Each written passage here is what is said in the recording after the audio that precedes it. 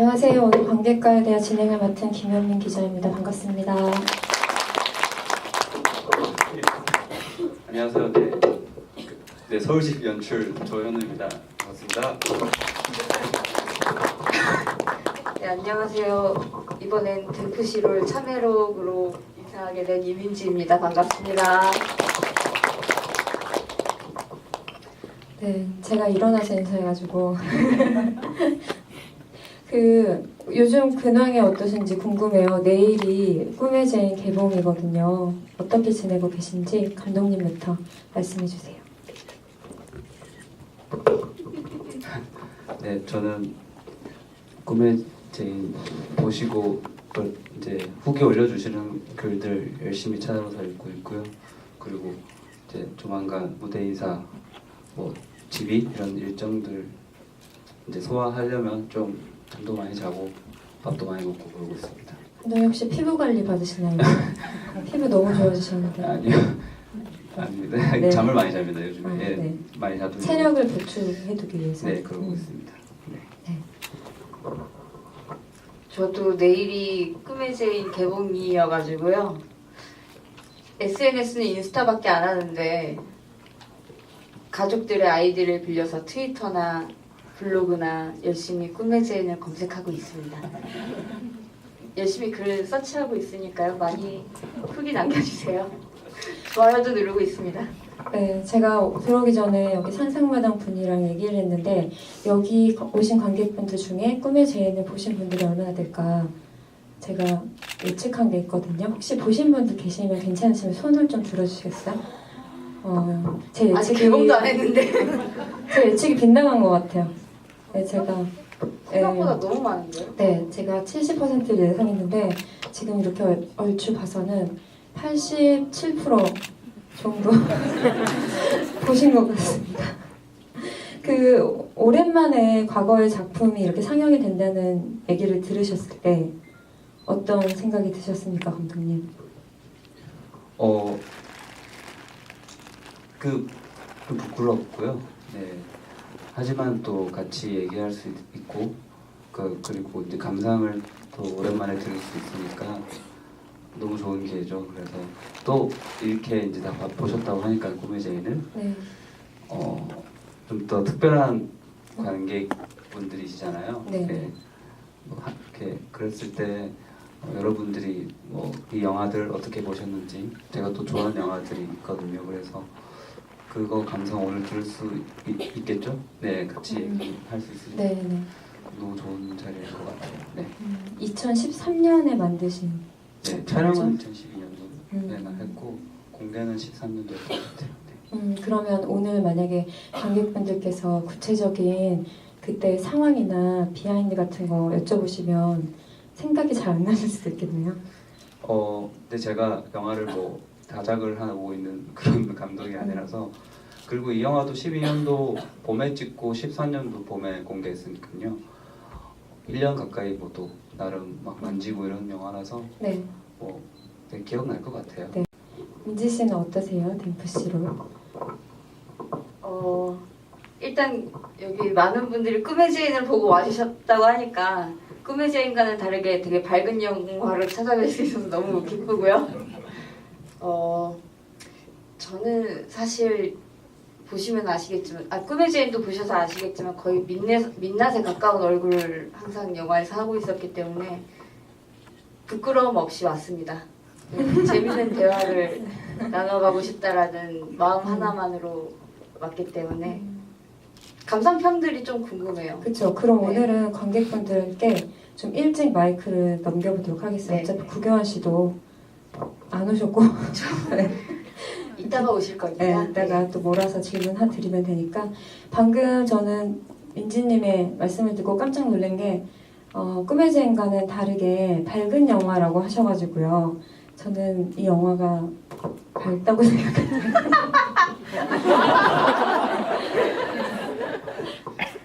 일단 소재가 참신하잖아요. 판소리 복싱. 판소리 네. 복싱.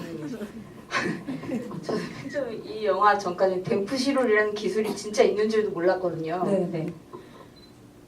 그리고 덕분에 감독님께서 민지 씨 다이어트 한다는 생각으로 복싱 조금 하세요 이래가지고 복싱도 잠깐 배워보고 재밌는 경험이었어요. 실제로 복싱하면서 살도 조금 뺐고 항상 촬영 현장 자체는 되게 재밌었던 것 같아요. 이게 나중에 완성되고 나서 봤을 때는 교환 오빠가 없어서 아쉽지만 멜로잖아요. 이것도 되게 슬픈 멜로인데 일단 소재에서 주는 재밌는 거나 중간중간 웃음 코드가 많이 있는 영화라서 저는 그래도 재밌는 영화라고 생각하고 있어요. 네. 사실 판소리 복싱 장면 있잖아요. 저는 예전에 보고 지난주에 여기 와서 또 봤는데 그 되게 웃기잖아요. 근데 웃으면 안 될 것 같은 거 있잖아요. 너무 진지하게 장구를 두드리시니까 아 이거 웃기려고 한 건지 진짜 저 나중에 판소리 복싱 혹시 진짜 있나까지 갔었다니까요. 처음에 시나리오 받으셨을 때 어떤 인상을 받으셨어요? 이 영화에 대해서?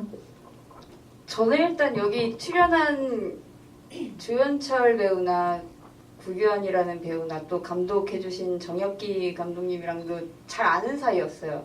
여기 종환 오빠랑 박종환 배우랑도 잘 알았고 그래서 워낙 평상시에 되게 재밌는 사람들이거든요. 되게 웃긴 사람들이고 저한테 없는 약간 그런 센스나 웃음을 줄 수 있는 그런 유머가 있는 사람들이어서 되게 그냥 시나리오 보기 전에도 아예 되게 웃기겠다라는 생각을 했어요.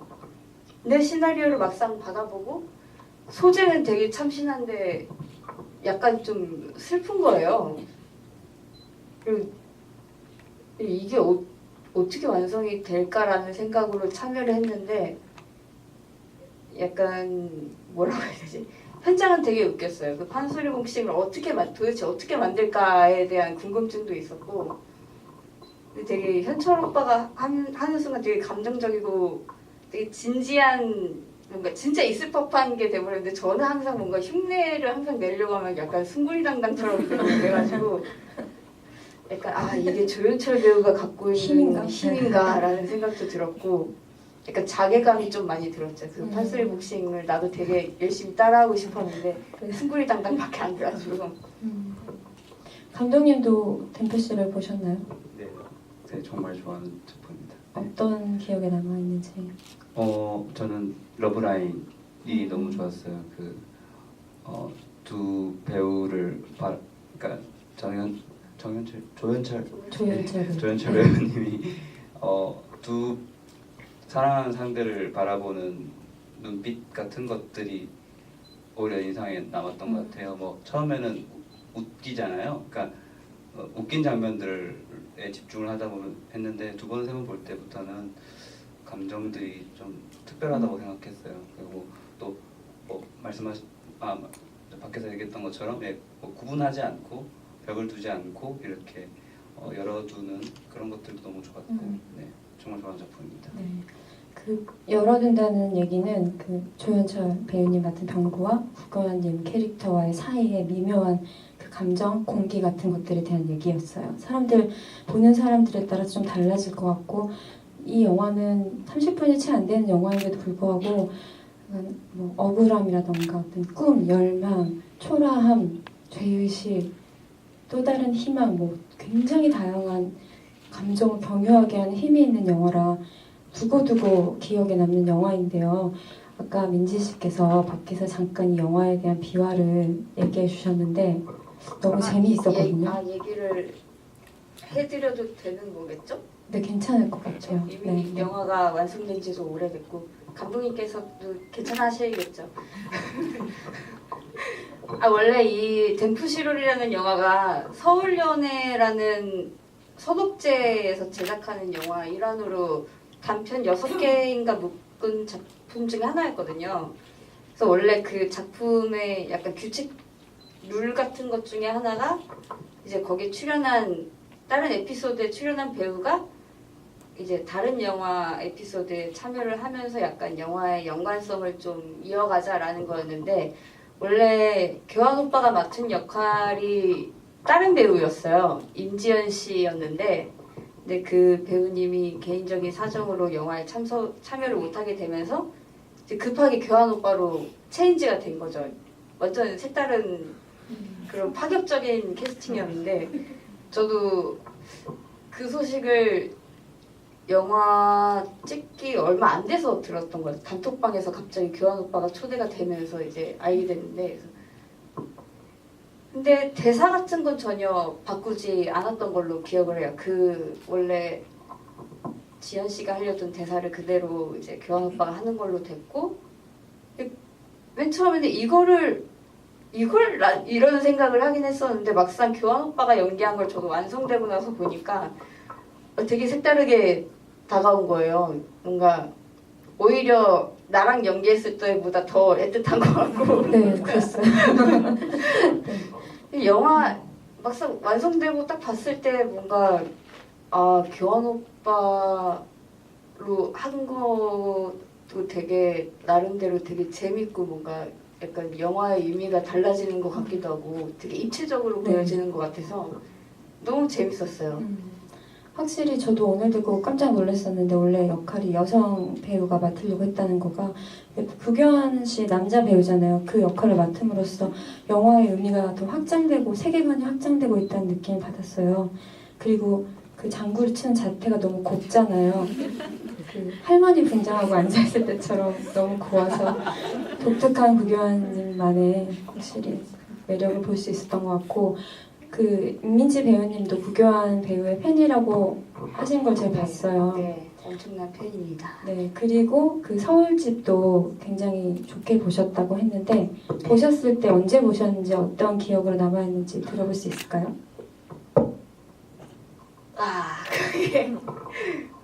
그게 인디 포럼이라는 영화제였던 것 같은데 그때 감독님을 처음 뵀었어요. 그때 인연으로 꿈의 제인이라는 영화까지 함께 하게 된 거고, 그때 저는 아마 세이프라는 영화로 갔었던 것 같아요. 정확한지는 저도 잘 모르겠어요. 너무 오래된 기억이어서.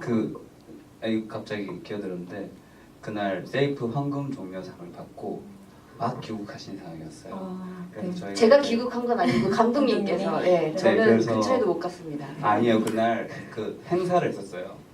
수상 황금 기념 종려상 같은, 네. 수상 기념식을 해서 안성기 배우님께서 오셔가지고 네. 모습 주시고 이런 그런 행사를 마치고 이제 강림하신 거죠. 그렇네요. 진짜 그래서 감님이네요. 문이 열리면서 들어오시는데 정말로 그 인디 포럼에 참여한 배우들과 감독들이 전부 다 후광을 느꼈어요. 그 황금 종려상 네, 수상자 네. 배우분이 들어오신다. 예. 네. 네, 그렇게 이어서 들어볼게요. 멋졌습니다. 네. 그날이었군요. 저는 전혀 기억을 못하고 있었어요.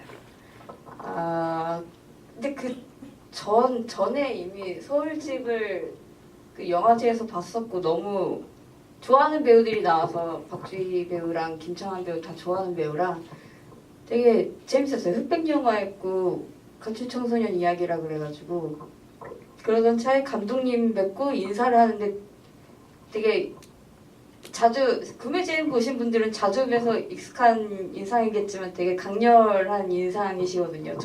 처음에는 그때가 또 약간 여름이었나? 그래서 반팔티를 입고 계셨는데 그 사이로 보이는 또 뭔가 강력한 무언가가 있어가지고 되게 무서우신 분이가 보다 이러고 있었죠. 근데 술자리에서 친해지게 돼가지고 그때 아마 연락처 주고받고 이랬었던 것 같아요. 되게 강력했던 네. 기억이 있어요. 그 꿈의 제인 보신 분들 많으시니까 서울집 보면서 꿈의 제인과 연관성 이어지는 부분들 그런 것들 많이 유심히 보셨을 것 같아요. 저도 어쩔 수 없이 다 그렇게 보게 되는 부분이 많이 있었는데 처음에 이 이야기를 저는 구상하시게 된 계기가 궁금하더라고요. 이 여자아이의 이야기로. 그 이제 집을 이사를 가게 되면서 제가 당시에 되게 좁은 집에서 형과 같이 살게 되면서 좀 이렇게 저기 보이는 집을 이사를 가게 된 거예요. 그러니까 저 집이 제가 당시 살던 집인데 이제 서울 올라와서 처음으로 집다운 집에서 살아본다는 느낌이 이 느낌을 받은 거죠. 그래서 이 감정을 영화로 남기고 싶다라는 마음이 있었고, 그런 감정의 공간에 대한 어떤 결핍이나 그리고 뭐 향수 이런 것들을 좀 담아내고 싶었던 것 같아요. 기록을 해두고 싶었던 것 같고, 어떻게 해서 저기 이제 성경이라는 인물이 주인공이 됐는지는 뭐 정확하게 떠오르진 않지만, 저는 항상 영화를 시작을 할 때 주인공이 그러니까 여자인 경우가 많은 것 같아요. 그러니까 그러니까 정확히 말하면은 저기 성경 같은 인물들이 제일 먼저 떠오르고, 성경이나 소연 같은 인물들이 제일 먼저 떠오르는 것 같아요. 그래서 그 당시에 그렇게 시작을 한 것 같습니다. 네. 네, 성경을 보면서 소연이 떠올리기도 하더라고요. 네. 그리고 그 흑백으로 하신 이유가 궁금하더라고요. 네, 그것도 결국에는 아까 말한 노스텔지어 같은 그 정서가 그 당시에는 흑백이 그리고 이제 영화 자체가 편지로 좀 보이길 원했어요. 그게 우리가 편지를 컬러풀하게 쓰진 않으니까 까만 글자로 쓰잖아요. 뭐 그런 직관적인 느낌 같은 것들을 좀 만들고 싶었던 것 같아요. 통해서. 그래서인지 방금 노스텔지아가 말씀하시니까 그 술 취해가지고 둘이 그 계단 참에서 막 그걸 만지면서 얘기하는 장면이 되게 좋았거든요. 그게 정확하게 감독님의 의도가 들어간 장면이었던 것 같네요. 네, 영화를 어떻게 보셨어요? 아까 민희 씨 처음 만났던 얘기만 하셔가지고. 사실 그때 보고 서울집을 그 이후에 제가 본 적이 없어가지고 네. 지금 계속 말씀하시니까 그때서야 뭔가 이렇게 막 이렇게 떠오르는데, 생각해보니까 약간 우연치 않게 그 수연하고 여기 나온 주희 언니의 머리 스타일이나 뭔가 붕대를 감고 있는 모습이나 되게 비슷한 느낌이 들 수도 있었을 것 같아요. 붕대를 감고 있는 모습에 저도 눈길이 가더라고요. 이건 근데 감독님이 죄송해요. 그때 제가 궁금해서 네, 아까부터 제가 꼭 드리고 싶은, 오늘 나오는 비화 이런 거는 너무 재밌는 얘기니까 그냥 우리만 아는 걸로 할까요? 무서우신 거예요 지금? 아니, 네. 저는 붕대에 관한 걸 물어보고 싶었는데 갑자기 생각나가지고 네. 왜 박주희 배우가 붕대를 하고 있었는지가 갑자기 그때 막 떠올라가지고, 그 비하는 딱히 재밌는 건 아닌데 그래서 감독님께서 한번 설명해 주시는, 그냥 작품 속의 이야기로 남겨두는 게 좋을까요? 아니요, 그건 괜찮은 게 전사가 있는 것처럼 얘기를 하고 다닐까 했는데, 사실은 실제로는 그게 아니고 박주희 배우가 그 당시에 아르바이트를 하다가 뭐 기름이 손에 튀어가지고 좀 다쳤었어요. 네. 근데 이제 붕대를 감고 촬영 전날인가 전날 다쳤어요. 촬영 전날. 그래가지고 감고 왔는데, 이제 박주희 배우가 성격이 되게 좋거든요. 그래서 자꾸 이렇게 붕대를 감은 손으로 뭘 하더라고요. 여기서도 보시면은 냉장고를 붕대로 열어요. 네. 근데 계속, 그러니까 행동하실 때 계속 붕대를 이용을 하시더라고요. 그러니까 뭐 붕대가 딱딱한 붕대였거든요. 항상 깁스 비슷하게. 그러니까 뭔가 이렇게 사용하시더라고요. 그래서 네. 구경배 오셨습니다. 박수로 환영해 주세요. 네, 지각하셨으니까 인사 한 말씀 부탁드릴게요. 늦어서 죄송합니다. 제가 수업을 듣고 있는 게 있는데 부득이하게 그렇게 됐습니다. 네, 오늘 단편 상상마당 맞지 않습니까? 그쵸. 극장 속의 마당함. 네, 오늘 다들 즐거운 시간 되셨는지 궁금하고요. 오늘 이렇게 얘기를 나눠보도록 합시다. 반갑습니다. 네, 비아입니다. 네. 마저 들어볼까요? 붕대를 감은 손으로. 네. 무거운 거, 그러니까 뭘 밀어야 된다거나 뭘 공격해야 될 때 붕대를 감은 손을 사용을 계속 하셔서 이거를 그러면 한번 넣어보자 이렇게 결정을 해서 붕대를 했고 이제 연결성은 제가 의도를 한 거죠. 소연과의 연결성은. 그러니까 왜 그래서 너무 아쉬운 부분이 네. 꿈의 제인 때 많이 드러나지가 않아요. 붕대를 감은 게 아마 여기서 혹시 여러 번 보신 분도 계신가요? 보면은 제인이 있는 그 지원관 안에서는 소연이 항상 붕대를 끼고 있거든요. 그러니까 그 마지막 10분을 제외하고요. 근데 그것이 크게 좀 드러나지가 않아요. 그래서 그게 좀 아쉽죠. 뭔가 근데 드러난다고 생각해요, 감독님 저는. 네. 네. 아 보이셨구나. 네, 네. 여러분들도 그러셨을 것 같아요, 다행히. 네. 아, 근데 공교롭게도 뭐 배우의 실제 부상으로 그런 붕대를 하고 있었지만 그게 영화의 이미지와 너무 잘 맞고 감독님이 그리시는 약간 떠밀리는 듯한 사랑받지 못하고 정착하지 못하는 이방인 같은 인물상을 그리셨는데 두 영화 모두 그 정서와도 되게 잘 맞았던 것 같아요. 애잔하고. 구교환 배우님, 아까 우리가 댐프시로 얘기를 하면서 판소리 복싱 얘기했었거든요. 전 너무나 그 장면이 진지하고 장구를 잘 치셔가지고 실제로 판소리 복싱이 있는 줄 알았다까지 얘기를 했어요. 네. 있지 않나요, 조연철 감독님께서 이렇게 네, 판소리 복싱 저도 좋아합니다. 네.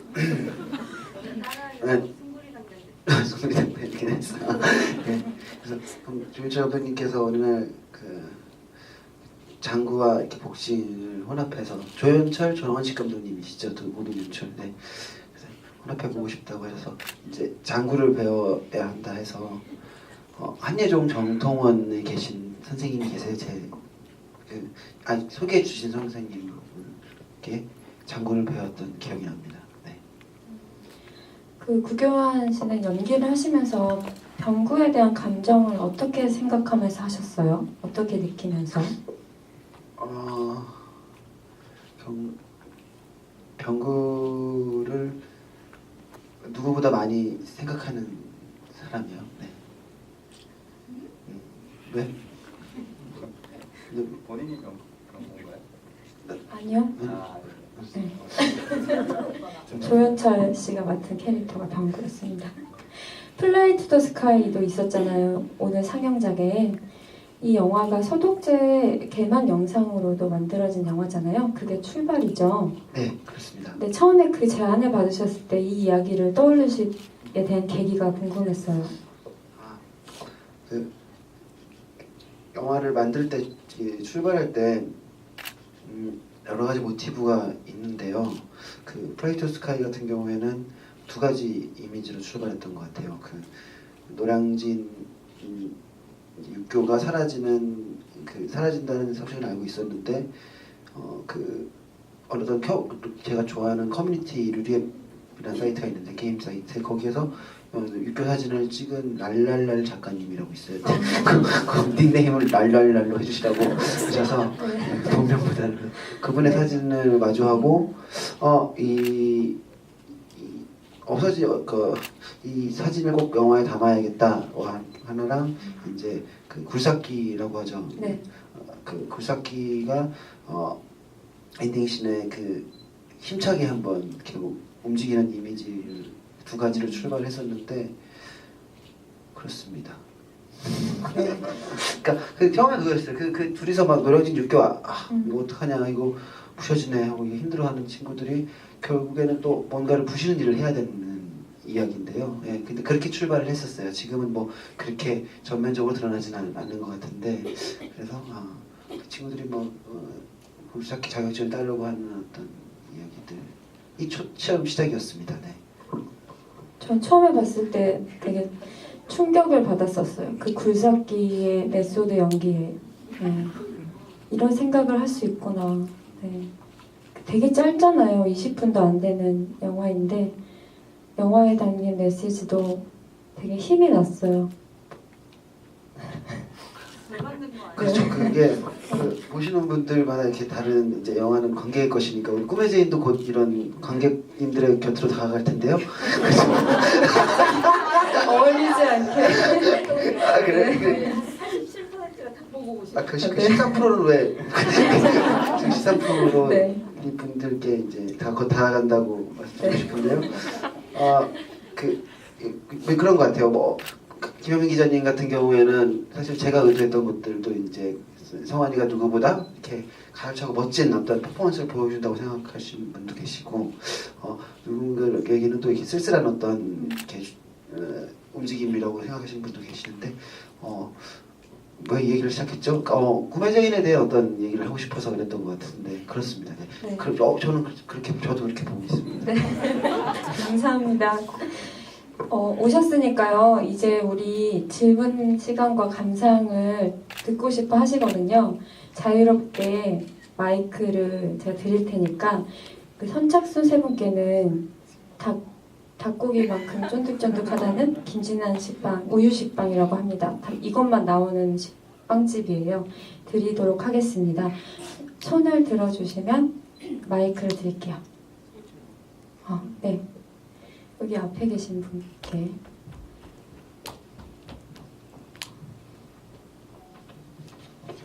네, 일단 영화 너무 잘 봤고요.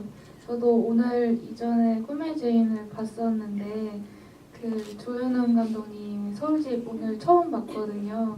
근데 꿈의 주인이랑 약간 닮아있다고 느낀 게 약간 집에 대한 의미가 좀 남다르다고 느꼈거든요. 그래서 원래 그 집에 살고 있던 사람이랑 그 약간은 연관이 없어 보이는 사람이 같이 사는 그런 뭔가 충돌하는 공간 같기도 하고 약간 그런 느낌을 받았거든요. 그래서 감독님한테 그 집이라는 의미가 어떤 의미인지 궁금합니다. 네, 사실은 최근에 저도 이제 관객분들과 이렇게 얘기하기도 하고 기자님들과도 같이 얘기를 하면 여쭤보시는 분도 있어서 저도 생각을 하게 된 거는 이제 어렸을 적 기억을 떠올려 보면 저희 집이 제가 근데 자꾸 이 얘기를 하는 게 참 저희 부모님한테 죄송한 게 네. 필름클럽에서도 했던 얘기 같은데, 그러니까 저희 집이 이제 IMF 때 이제 부도가 나가지고, 그때는 제가 이제 정확하게 부도란 단어 쓰지 않았지만 또 오늘은 우리끼리 한 얘기니까 집이 크게 부도가 나서 네. 이제 오래 살던 집을 잃었어요. 그리고 이제는 한 번 집을 잃으면은 집을 갖기가 힘들더라고요. 계속 이제 2년에 한 번씩 이사를 가야 되고, 그런 경험들이 쌓이다 보면 이제 공간에 대한 그런 애증이 생기고, 그리고 그러면서 이제 또 반대로 저희 이제 할머니가 사시던 집이 있는데 지금 큰아버지께서 살고 계신데, 그 집은 오랫동안 아직도 유지가 되고 있고 아직도 예전 모습 그대로. 네, 안녕히 가세요. 네, 네, 살펴가십시오. 그렇게 아직도 유지되고, 그래서 그 공간을 갈 때마다 그 어렸을 때 거기서 놀았던 감정이나 거기서 느꼈던 것들, 그 옥상, 그 좁은 집인데도 옥상이 있고 이래서 그 옥상에서 놀았던 기억 같은 것들이 환기되는 걸 보면서 저에 대한 어떤 공간에 대한 어떤 생각들이 좀 이런 시나리오나 영화 같은 것들이 알게 모르게 적용이 되는 것 같아요. 제가 특별히 그런 거를 의식하지는 않는데, 그런 들 의식하지는 않는데 저도 확실히 좀 그런 부분이 있는 것 같긴 해요. 그래서 그런 것이 아닐까요? 네, 그렇습니다. 네. 부도는 우리끼리만 아는 걸로. 어머니 상처 받으실 것 같아서 네. 계속 부도 났다고 동네방네. 그렇죠. 좋은 얘기라고. 그렇죠. 네. 네, 또 질문 있으세요? 저기 뒤에 계신 분이요.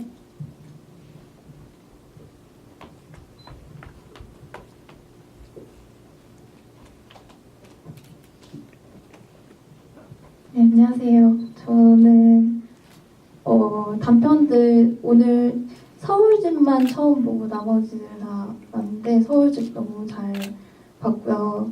조현웅 감독님께 질문이 있는데요.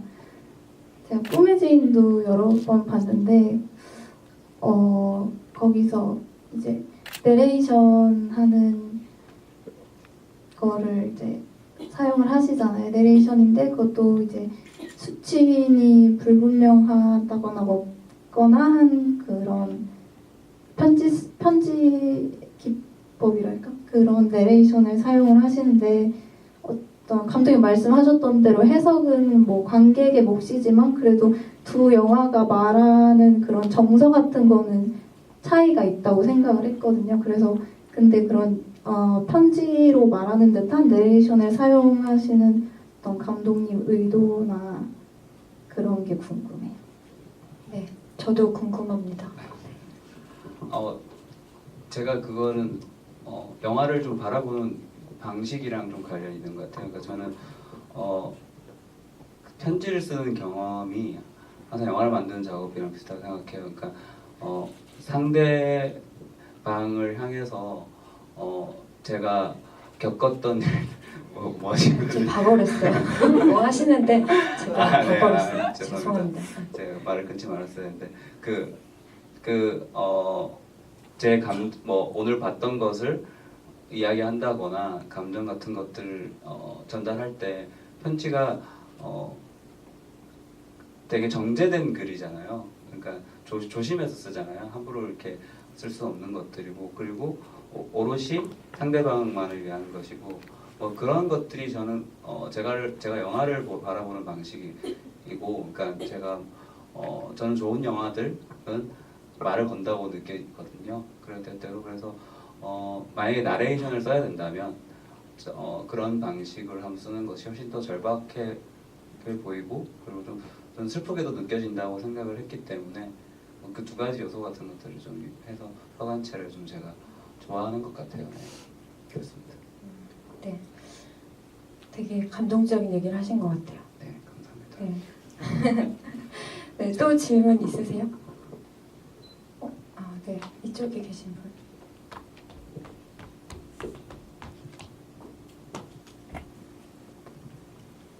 영화 잘 봤습니다. 저 플라이 투 더 스카이 진짜 너무 재밌게 봐가지고 저도 노량진에서 공부했던 경험이 있어가지고 그 영화를 이번에 보고 저번에 같이 공부하던 언니랑 함께 봤는데 거기 나오는 그 라디오에서 나오는 때려쳐라든지 그 너무 공감이 됐어요. 이걸 계속 할지 뭐 다른 일을 할지에 대한 고민이 되게 많았는데 결론에서 구교환 배우님은 이렇게 다른 일을 하는 것처럼 하다가 결국은 자기 꿈을 향해서 가는 결말이고, 그 형은 결국 굴삭기를 배우는 거 해서 그 언니랑 보다가 그래서 어쩌라는 거지? 라는 말이 나왔어요. 영화 끝나고 나왔는데 그래서 그냥 언니랑 그냥 마음 끌리는 대로 하라는 말인가 봐요 하고 생각을 했는데, 혹시 제작을 하셨으니까 혹시 뭐가 옳다 그르다라고는 할 수 없지만 어떤 생각을 하셨는지 궁금해요. 여보세요? 네. 얼마 전에 그 단편 영화에 대해서 누군가 이렇게 꼭 적어야 되는 기회가 생겼었는데, 단편 영화는 제 친구들이 거기서 끝나는 영화냐 거기서 끝이냐라고 묻는 영화라고 이렇게 제가 얘기하고, 하지만 저는 참 거기서 끝나서 좋아하는 좋은 영화 보통 기술이 아니에요. 근데 이제 가죽에서 이제 굴삭기 자격증으로 이제 직업을 변경을 하기로 마음 먹는 그 순간도 아니었죠. 저는 한 1000번, 2000번 계속 숫자를 헤아릴 수 없을 정도로 신중하게 고민을 했었고, 그 선택에 대한 성안을 사실 존중하고 지지했다라는 것도 되게 이상하고, 제가 그만합니다 그럴 입장도 아닌 것 같고, 그래서 그냥 성안이 전 멋있었어요. 그래서 교환도 교환대로 계속 살아가는 거고, 성안도 성안대로 살아가는 거여서 그냥 그래서 그랬던 것 같아요. 엔딩에서 그냥 일부러 막 사운드에서도 막 축축 이런 막 그 로봇 사운드도 막 듣고 그랬었거든요. 그래서 그거에 대해서 제가 정확한 답변이 될지 모르겠습니다. 저는 성환이 저는 멋있다고 생각을 해요. 네, 저는 그 이야기가 이 시대의 뭐 젊은 사람들한테 하는 얘기 같기도 하고, 좁게는 영화계에 있는 애정, 영화계를 향한 애정처럼 느껴지기도 했거든요. 네, 그래서 독립영화 감독들은 왜 DVD를 주지 않는가 겹쳐서 생각이 많이 들긴 했었어요. 다 각자의 방식으로 각자 선택한 길을 걷고 있는 거잖아요. 근데 거기에 어떤 누가 옳고 그르다, 높고 낮다는 시선이 없었거든요. 그 영화에도 각자 저마다 치열하게 살아가고 있다. 네, 그렇게 느꼈습니다. 그렇게 생각해보니까 그럴 수도 있겠네요. 우리가 같이 함께 그 뭐지 멜론 1, 2위를 했던 아이돌 가수였었는데 오랜만에 내가 민지 씨를 딱 만났는데 민지 씨 미안해 나 음악 안 해. 이게 왜 그 미안하고 죄송할 일이 되고 사람들에게도 죄송합니다. 전 더 이상 락킹을 주지 않습니다. 근데 지금 더 진짜 더 좋은 사실 뭐 다른 이 결들이 있을 거 아니에요. 그래서 그것이 왜 미안하고 죄송해야 되는 일인지에 대한 어떤 질문을 하고 싶었던 건데 그게 이렇게 좀 너무 비루하고 쓸쓸하게 보이는 오해도 생길 수도 있는 것 같고 어쩔 수 없이 제가 또 담고 있는 어떤 그것도 제 어떤 눈일 수도 있는 것 같고 그러네요. 그러니까 예. 그래서 그게 결코 성환이 이렇게 했던 게 그렇게 뭐 비루하고 쓸쓸한 일은 아닌 것 같았었어요. 네. 근데 저는 감독님께 질문이 있는데요. 갑자기 생각난 건데 그 서울집에서 박조희 씨가 성경이 영화를 보는 오빠를 보면서 근데 이거 예술 영화예요? 그 자조적인 대사였던 것 같거든요. 단편 영화는 원래 이렇게 끝나는 거야 같은 예술 영화야 약간 이런 느낌. 네. 네, 그 기자님께서 둘러 질문하신 것 같은데 저 보고 있는 영화는 제 첫 번째 영화고요. 그래서 이제 그때 영화가 너무 그렇게 좀 길고 좀 이렇게 염세적이고 이래가지고 제가 그거를 이제 좀 자조적으로 한 거예요. 그렇게 했던 것이고, 네, 그래서 뭐 그 영화는 그랬던 거고, 저는 아까 이제 얼른 그 프레드 스카이 아까 그 엔딩을 위해서 얘기를 하자면, 저는 그 포크레인이 새로운 시작으로 느껴졌어요. 오히려 그러니까 이제 엔딩 곡이 이제 시작되면서 이렇게 할 때는 뭐 그런 어떤 그럼에도 불구하고 또 나는 또 간다라는 저는 오히려 그런 에너지가 느껴져서 저는 그렇게 읽었거든요. 그래서 사실은 그게 좀 다르게도 읽히는 건 있는 것 같아요. 네, 네. 그렇습니다. 전 꿈의 제인 보면서 희망차게 느껴지던데요. 마지막에. 네, 또 질문 있으세요? 네, 저쪽에 계신 분.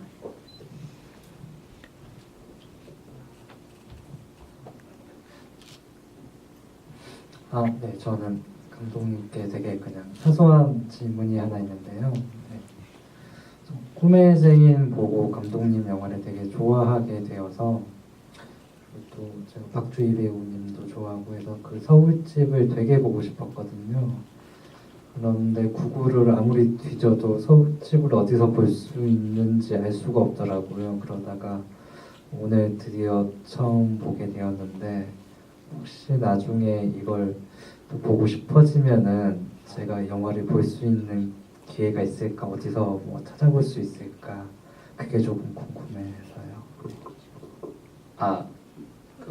그 말씀하신 거랑 그러니까 저희 우리 구교환 감독님은 유튜브에서 이제 단편을 항상 이렇게 작업하시고 바로 이렇게 여러분과 같이 공유하잖아요.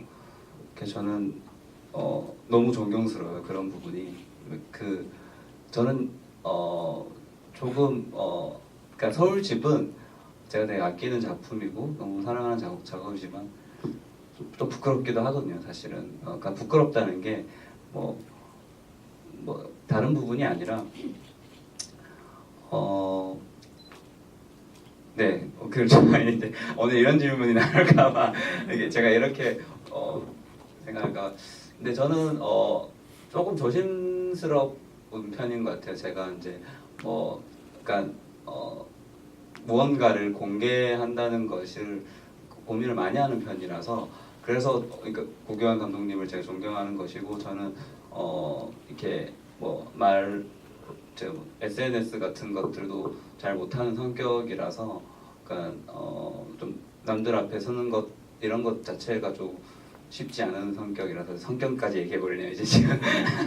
네, 그래서 근데 이제 만약에 저도 조금 이제 성장을 해야 되니까 말씀하신 것처럼 서울집도 꿈의 제인 이제 보시고 이제 궁금해하시는 분들 있으면 저도 이제 연기를 해서 이제 유튜브 같은 것에 이제 EX구죠. 예, 벤치마킹을 해서 저도 이제 서울집을 올릴 수 있도록 하겠습니다. 예, 연기를 해야죠. 예. 뭐지 그 데뷔작 감독님들 저도 이렇게 블루레이나 DVD를 사서 보면 그 스페셜 피처리 디스크 2나 이럴 때 그 옵션에 어디 무슨 뭐 이상한데 배우 눈 클릭하면 탁 틀어지는 게 있더라고요. 그러니까 뭐 뭔지 아시죠? 그러니까 스페셜 피처에 이렇게 혹시 그 자신의 어떤 쇼필름들을 이렇게 숨겨놓잖아요. 이렇게 저 많이 그런 경우를 많이 봤는데 혹시 만약에 꿈의 제인이 블루레이나 DVD를 출시되면 그 미러볼 딱 클릭하면 갑자기 서울집이 계속 뜨는 것처럼 저도 그런 영화가 하나 있거든요. 그래서 꼭 그 채널에 공개를 안 하는데 그렇게 한번 이렇게 나중에 만약 꼭 영화를 만들게 된다면 DVD를 발매되면 하고 싶은 그런 꿈이 있어서 이렇게 그런 방법도 좋은 것 같아요. 네, 사실 뭐 분명히 연계성이 있는 작업이니까 아마 그거는 꼭 제가 권유하겠습니다. 네, 그렇게 의미 있는 네, 것 같아요. DVD나 블루레이 같이 하는 방식은 네. 네, 히든 트랙처럼 해놓겠습니다. 제 것도 달방으로 몰래 이렇게 잠깐만 프라이드 스카이 좀 월세 내듯이. 근데 저는 그 구교원님께서 하시는 그 유튜브 채널을 구독하고 있고 이따금씩 들어가서 작품을 보거든요. 뭐 웰컴 투 마이 홈도 보고 걸스 온 탑도 보고 막 봐요. 근데 방금 조현웅 감독님이 나는 그렇게까지 용기도 없고 뭐 존경한다까지 말씀을 하셨는데 그 유튜브 채널에 본인의 작품을 올려놓는 거에 대해서 크게 뭐 심정적으로 어려움이 있거나 장벽이 있으신 건 아닌가 봐요. 저도 기분도 쑥스럽고 그렇지만 그거밖에 방법이 없어서 채널을 통해서 감독님과 공유하시는 방법이 그래서 가장 최선의 방법이라고 생각을 했어요. 이제 극장 상영이 이제 단편 영화는 영화제가 이제 1년이라는 어떤 그 생명은 아니지만 1년이라는 주기가 있고 그 후에 이제 공급되는 방식들에 대해서 물론 네이버 다운로드 서비스 500원이 있지만 그것보다는 좀 더 그냥 무료로 드리는 게 좋을 것 같아서. 네. 그게 결국 본인의 작업들을 사랑하시는 방식이시고 좋은 배울 태도라고 생각을 해요. 네. 네, 그리고 제가 그런 용기가 없어서 제 스스로도 이제 그러니까 성장을 해야 된다고 말씀드렸던 겁니다. 네. 네. 이민지 배우님 어떠세요? 과거의 작품들에 대해서 어떤 감정을 갖고 계신지. 갑자기 훅 들어와서. 네. 과거의 작품들은 민망할 때가 많기는 하죠. 제가 그 뭔가 직업의식을 갖고서 진짜 뭔가 제대로 열심히 해야겠다라는 책임감을 갖게 된 지 얼마 안 됐어요. 그 전에는 마냥 이제 작업 방식이 너무 재밌고 현장에서 사람 만나는 것도 재밌고 이게 마냥 촬영 현장이 재밌어서 그렇게 즐기다가 온 세월이 이렇게 된 건데 그러니까 마냥 재밌어서 하는 게 눈에 보이니까 너무 민망한 게 좀 커요. 막 약간 좀 흑역사 같기도 하고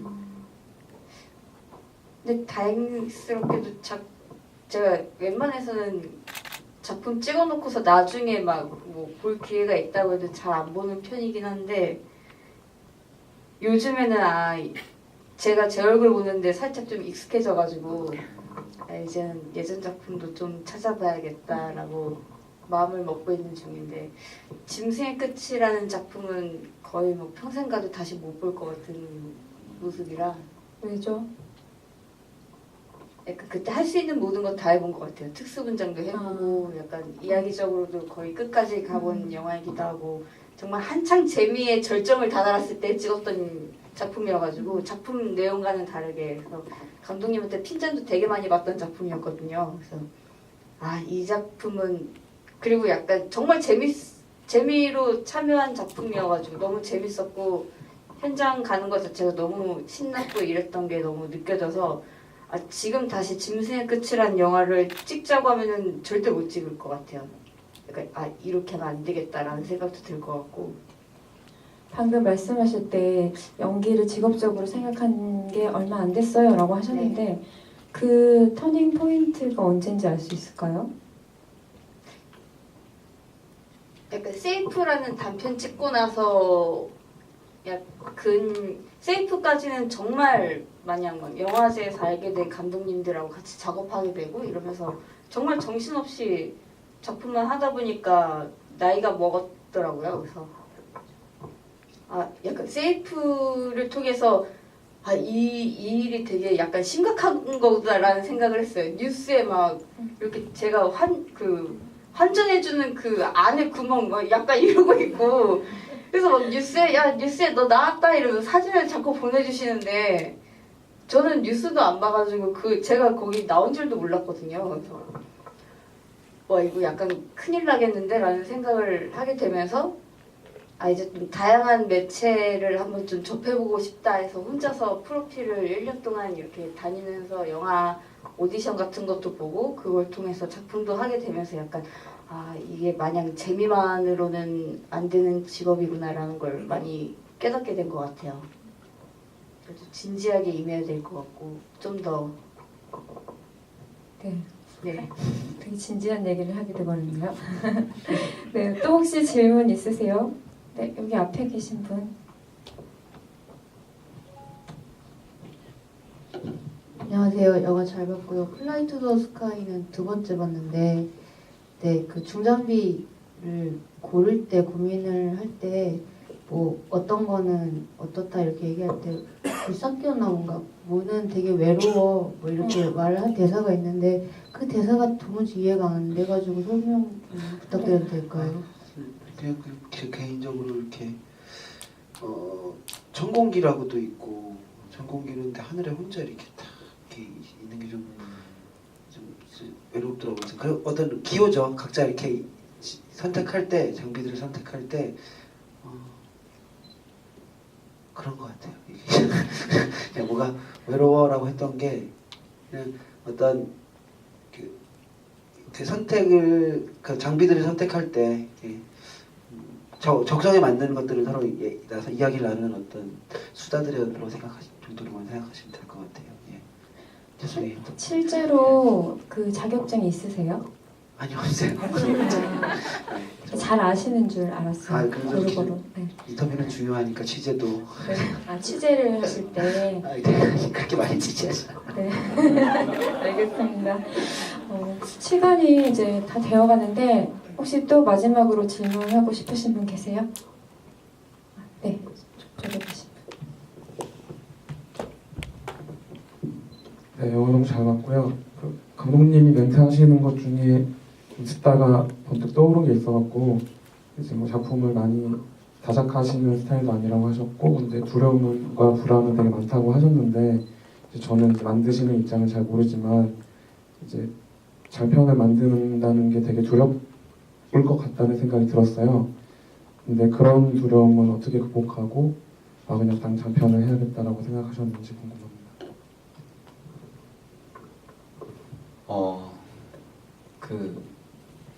제가 개인적으로 생각하는 거는 모든 일이 다 두렵고 어려운 일이라고 생각을 해요. 그랬을 때 특히 저는 영화 만드는 일보다 훨씬 더 저에게는 어렵고 두려운 일도 있거든요. 그러니까 정말로 일로만 봤을 때요. 그래서 영화 만드는 일이 특별한 일이기 때문에 제가 뭐 특별한 결심 같은 것들을 갖고 살아야 된다고 생각 안 하고 장편 영화를 준비할 때도 다만 뭐 제 개인적인 신념이라면 매일매일 똑같이 살아야 된다 정도예요. 그냥 뭐 무엇을 하던 간에 매일매일 한 가지 일을 집요하게 해야 한다.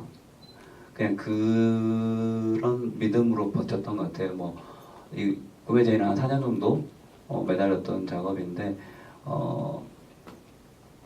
단 하나 제가 지켰던 뭐 원칙들이 있어서 하루에 몇 시간 정도 일을 해야 한다. 그 정도였던 것 같아요. 정말 뭐 영화 만드는 일을 제가 뭐 이렇게 신격화도 말도 안 되고 아무튼 그렇게 만들고 싶진 않은데 그래서 저는 네 그렇게 마라톤 뛰듯 네, 달리기 뛰듯 그런 식으로 준비를 해왔던 것 같습니다. 앞으로도 그렇게 해야겠지요. 네. 네, 질문 감사합니다. 자연스럽게 그 민지 배우님의 배우로서의 입장, 책임감에 대한 얘기가 나왔고 또 감독님이 작업을 임하시는 태도나 이런 시선들에 대한 얘기가 나왔는데 부교환님도 듣고 싶어요. 너무 비웃으시는 거 뭘 하나 아니에요? 해야 될 것 같은데 저한테 웃겨서 제가 네, 그냥 정말 솔직하게 작업을 하실 때 어떤 마음으로 작품을 만드시는지 궁금해요. 저는 그 사실 오늘 보신 작품 단편 영화도 그렇고 어느 순간부터 어느 시점부터 이옥석 감독이란 감독님과 함께 듀오로 활동하고 있는데 작업을 할 때 저희의 가장 우선이 뭐냐면 저희가 재밌는 작업이요. 예, 저희가 이렇게 저희가 이거는 저희가 그 연기를 할 때도 공통된 것 같은데 궁금한 인물을 항상 연기하고 싶어 하거든요. 제가 잘 모르는. 영화를 만들 때도 그런 것 같아요. 제가 궁금한 이야기들, 궁금한 인물들에 관심을 갖는 것 같아요. 근데 그건 그 음악일 때도 있었고, 그게 사진일 때도 있었고, 뭐 여러 매체로 이렇게 딱 모티브들은 다가오는 것 같고, 주변에 어떤 인물도 있을 때 같고. 그래서 사실 오늘 플라이 투 스카이 같은 경우에는 이제 재작년에 그 서울성림명원에서 제안을 받았을 때 한 달 안에 이제 프로덕션이 이루어져야 되는 상황이었어요. 근데 그때 이제 저희가 관심 있었던 것들이 이제 어떤 집합들이었던 것 같아요. 예. 음악 같은 경우 엔딩의 음악 같은 경우에도 참 좋아하는데 저 음악도 미리 이제 정해놓고 했었던 기억이 나고 그래서 정확한 기준은 그런 것 같아요. 궁금한 인물과 궁금한 이야기를 알게 되는 과정인 것 같아요. 예. 그렇다고 딱 끝나고 나서 이제 알았어는 아닌 게 또 제 매력인 것 같고. 예. 네. 전 오늘 이제 이렇게 단편들을 보고 여기 오시진 않았지만 이주연 배우님의 가까이라는 단편도 있었죠. 그 작품도 좋았는데 얘기를 못 나눈 게 좀 아쉽고요. 꿈의 제인 얘기를 자연스럽게 막 넘어가면 얼마나 좋을까라는 생각이 들었어요. 근데 자리도 아무래도 단편을 위한 자리였고 시간적인 문제도 있어서 다음에 이 멤버로 꿈의 제인 GV가 있다면 또 가셔서 직접 보시고 꿈의 제인 얘기도 원없이 마음껏 나누시길 바랍니다. 내일이 개봉인데요. 이제 마지막으로 인사 한 말씀씩 하고 마칠까요? 오늘 이렇게 자리해 주셔서 너무 감사하고 저도 이 단편 상상마당 안의 극장 내 작품을 사실 어떻게 다 봤더라고요. 저도 저도 되게 한번 보고 싶었는데 그래서 오늘 어떠셨는지 너무 궁금합니다. 네. 그리고 이렇게 감사합니다. 이렇게 항상 뵙고 이렇게 인사드릴 수 있는 시간이 있는 게 저한테는 참 영광인 것 같아요. 그리고 이 라인업은 연장이 또 된다고 들었는데 6월 앵콜 상상마당 극장 앵콜 뭐 이렇게 그렇습니다. 네. 내일 개봉인데 그것보다 사실 우리 삶이 더 중요한 것도 있으니까 오늘 들어가실 때 맛있는 야식도 많이 드시고 뭐 즐겁게 행복한 꿈 꾸시는 것도 좋을 것 같아요. 네. 오늘 뵈서 반가웠습니다. 네. 자연스럽게 저한테 물어볼까요?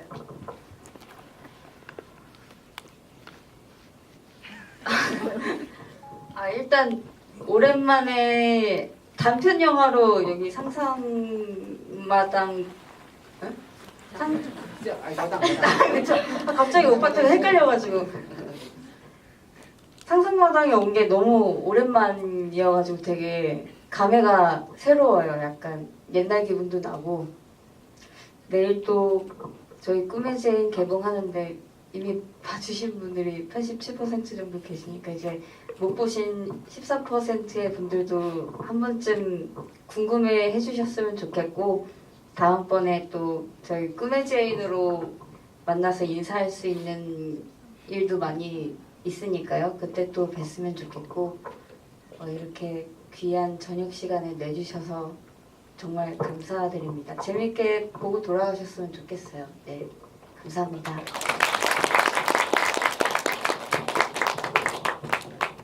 저는 그 비거 스플래시라는 영화와 I Killed My Mother라는 영화랑 라라랜드를 이곳에서 봤습니다, 여러분. 그리고 그럼 여기가 어딘지 이름을 아세요, 감독님은? 네, 네. 애칭이 있죠. 여기도 캐롤마당, 네.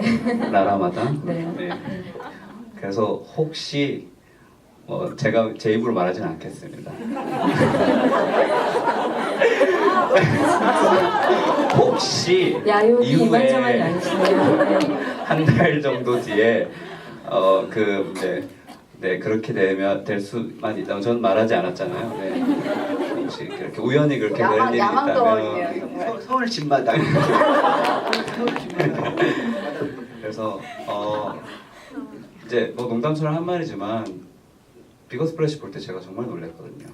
그 소리 구현되는 거랑 색감 같은 것들을 너무 놀래가지고 정말 특별한 공간이고 그리고 이렇게 집이 이 분위기라는 게 정말 특별하네요. 계속 저희도 여기 올 때마다 너무 좋아서 오늘 이렇게 같이 와주신 것도 너무 감사드리고 또 여기서 지배할 수 있는 시간 있으면 또 이렇게 만나 뵐 수 있으면 좋겠습니다. 오늘 또 김현민 기자님 너무 잘해주셔가지고 너무 감사드려요. 네, 오늘 감사합니다. 여기 산상마다 시네마에서 꿈의 제인 집회가 있죠. 다음 주 언제죠? 수요일 몇 시입니까? 7시 30분 부지영 다음 주 감독님. 수요일 네. 7시 30분이랍니다. 네, 네. 부지영 감독님께서 모더레이터를 하시는 분도 있으니까요. 관심 있으신 분들은 와서 봐주시고 저도 상상마당 시네마 관객분들의 분위기가 너무 좋아서 이 상마에서 지불가 있다고 하면 언제나 정말 기분 좋은 마음으로 달려오게 돼요. 오늘도 너무 좋은 분위기 만들어주셔서 감사드리고요. 모두 안녕히 돌아가시길 바랍니다. 감사합니다.